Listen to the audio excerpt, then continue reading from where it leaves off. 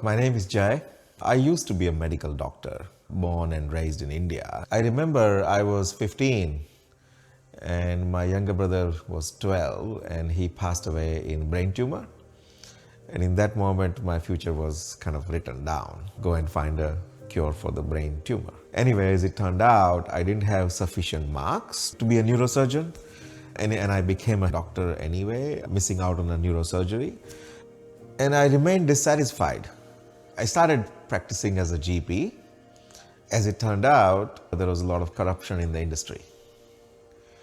Meanwhile, I was also participating in a personal development seminar. My coach said, there's a project you got to take on in this seminar where it's a guaranteed it's failure.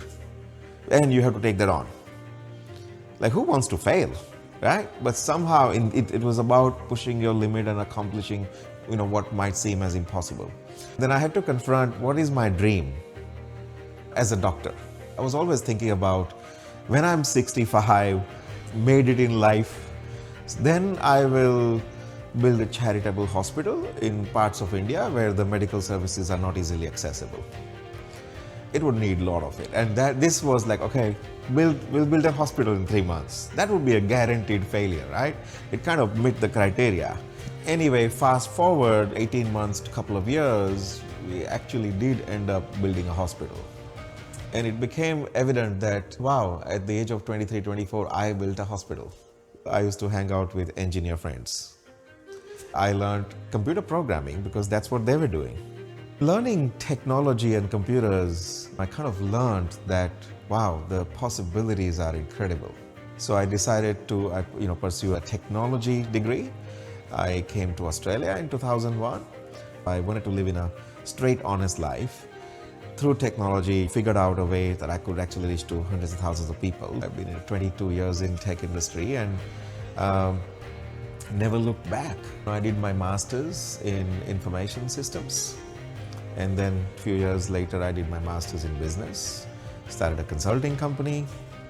Worked with government, financial services, environmental engineering, consulting space, bunch of big organizations, and had a great career.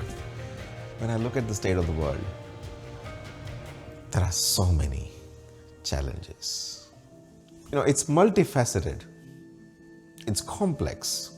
Life has actually gotten better in terms of advances. Like, we have lifted humanity out of poverty and hunger. And at the same time, what we confront is polarization. People are more separate than together. The social media platforms who are built and thriving on the cutting edge technology are actually not bringing people together, but dividing people. Teenage girls having body image issues. New Zealand, one of the most beautiful country in the world, but at the same time, one of the highest rate of teenage suicide.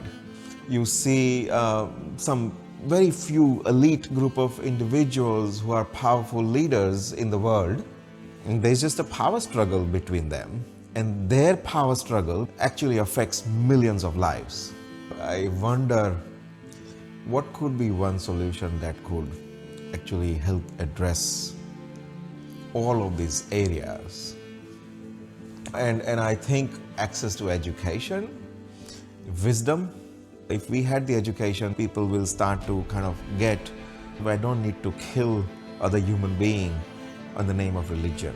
I don't have to have a gender inequality. I don't have to have a bias. Awareness of that. And I think that awareness comes from the education. If you really deeply examine, there are 3 major barriers in access to education. The first barrier is just pricing, affordability, the economics of education. The second one is geographical distance. And the third one is language. Language creates a realm of access that is otherwise not available. If we can figure out a way to use technology in this space, then we are contributing, we are using our life for building the solutions that affects all those multifaceted complex problems. I have a theory. We can now train artificial intelligence to learn all that content. And embed all that knowledge and expertise in AI. And now with the advances in human-computer interactions, there's a voice interactions that are now possible. And with the advances in technology and AI, you can put AI on voice interface, and now you have solved those three barriers to education: the affordability, the pricing economics, the geographical, and the language, because knowledge and expertise in English doesn't have to be constrained with English itself. AI can translate it in any other language of the world, and people can actually ask a question to an AI. So that's kind of my dream of what's possible through technological advances and how we can actually make a difference with those three barriers. And that's why I would say Master Dojo. It's a research space. It's a software platform that we started to build with this dream that we can destroy these three barriers to education at one day, someday. But you got to start somewhere. So we started as a software platform.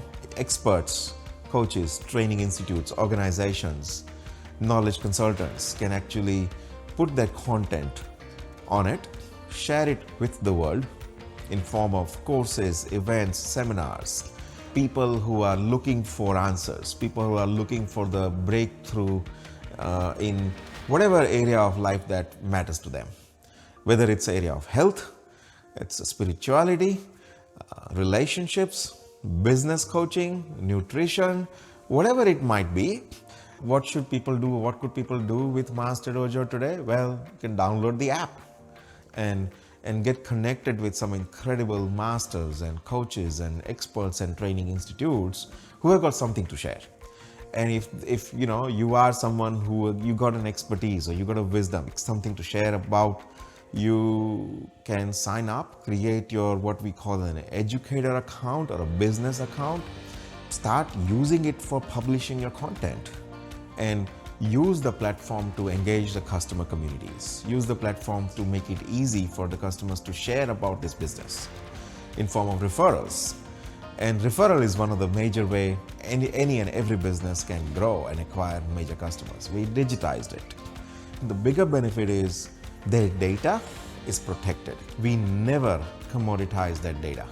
That's not the business model. That way, the data that is created is not misused by digital giants, but it's owned by the business owners who actually created the community, and that data is result of their product interaction and their client interaction. So yeah, people can sign up on masterdojo.io, create their account, or people can download the app and get connected with incredible masters, coaches, and educators.